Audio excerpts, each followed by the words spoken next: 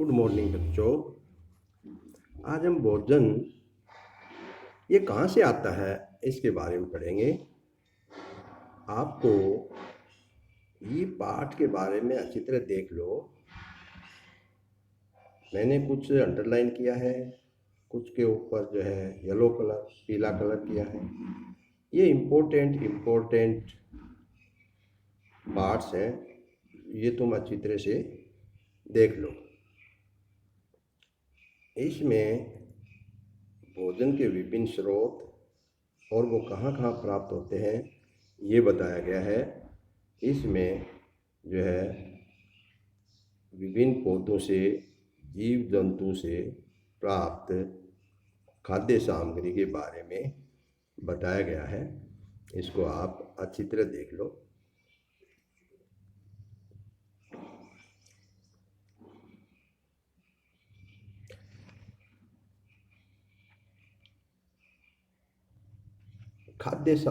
विभिन्न खाद्य पदार्थ के बारे में तुम अच्छी तरह जानते हो कि अपन सुबह से लेकर साय तक भोजन करते हैं, उसमें विभिन्न खाद्य सामग्री का उपयोग करते हैं। अनाज, दालें, सब्जियां, दूध, दही, घी। तो हमें ये देखना है कि विभिन्न खाद्य पदार्थ जब हम बनाते हैं तो उनमें क्या क्या संगठकों की जरूरत होती है। जैसे पके चावल के बारे में सोचो। हम कच्चा चावल लेते हैं, उसे पानी में उबालते हैं। इसे तैयार करने में हमें दो पदार्थों या संगठकों की आवश्यकता होती है। ये दो पदार्थ क्या क्या है? पानी और चावल। इसी प्रकार हम सब्जी बनाना चाहते हैं तो हमें अलग अलग कई प्रकार की कच्ची सब्जियां, नमक, मसाला, तेल आदि की आवश्यकता होती है। इसमें आप देखेंगे कि विद्यार्थी या दोस्त का नाम, पूरे दिन में खाए गए खाद्य पदार्थ अपने दोस्त से पूछिए और पूरे दिन में उसने क्या क्या खाया वो सब इस सारणी में लिख दीजिए। इसी प्रकार जैसे हम रोटी या चपाती बनाते हैं तो उसके अंदर आटा और जल की आवश्यकता होती है। दाल बनाते हैं तो कच्ची दाल, जल, नमक, तेल, घी, मसाले, इनकी आवश्यकता होती है। इसी प्रकार हमने क्या देखा, कक्षा में चर्चा कीजिए कि हम विभिन्न व्यंजनों में कुछ संगठक समान रूप से प्रयुक्त करते हैं। अच्छा, ये संगठन कहाँ से आते हैं? अब ये देखिए, ये केला फल, ये सब्जी। तो इसमें कुछ पदार्थ ऐसे होते हैं जिनके फल और सब्जी के स्रोत अलग अलग होते हैं। जैसे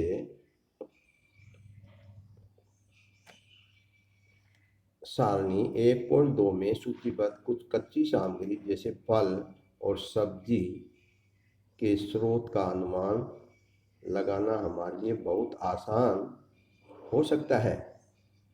यह कहाँ से आते हैं? निश्चित रूप से पौधों से। गेहूं और चावल का क्या स्रोत है? आपने धान और गेहूं के खेतों में उनको पौधों की अनेक पंक्तियां देखी होंगी। इनसे हमें अनाज प्राप्त होता है। ये है खाद्य सामग्री एवं उनके स्रोत। तो खाद्य सामग्री के स्रोत क्या है? अनाज है, ये पौधों से प्राप्त होते हैं। और कुछ अन्य खाद्य पदार्थ जैसे दूध, अंडा, मुर्गा, मछली, झींगा, मांस आदि हमें जंतुओं से प्राप्त होते हैं। कुछ खाद्य पदार्थ हमको पौधों से प्राप्त होते हैं और कुछ खाद्य पदार्थ हमें जंतुओं से प्राप्त होते हैं। जंतुओं से प्राप्त होने वाले अन्य पदार्थ भी हैं, जैसे दूध,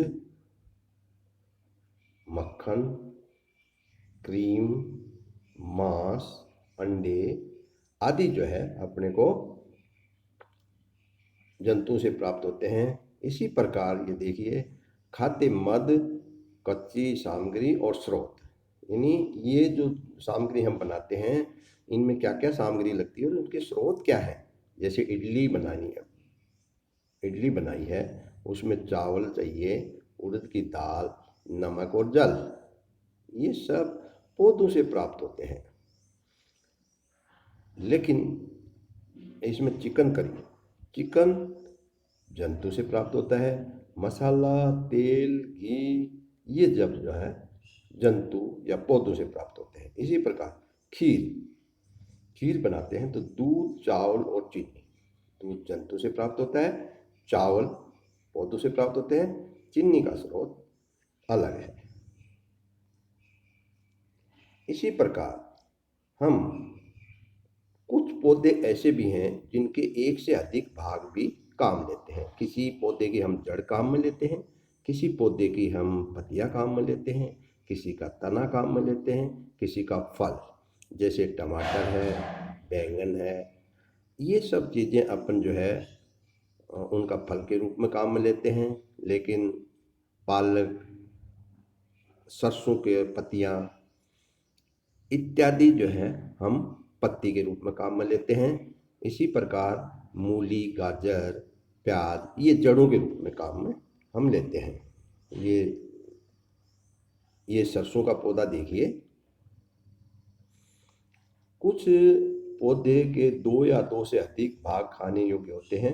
उदाहरण के लिए सरसों के बीज से हमें तेल प्राप्त होता है एवं इसकी पत्तियों का उपयोग साग बनाने में किया जाता है।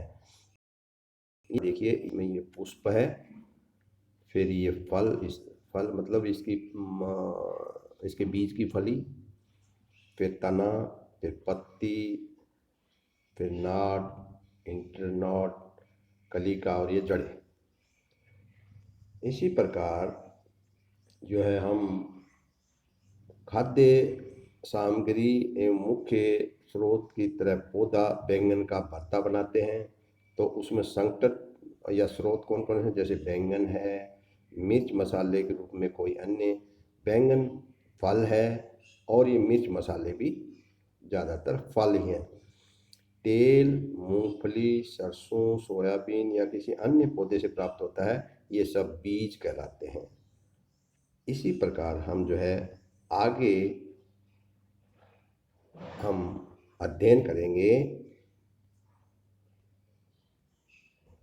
जंतु क्या खाते हैं, और उसके बाद जो है अपन इतना ही करेंगे, आज इतना ही पढ़ेंगे। धन्यवाद।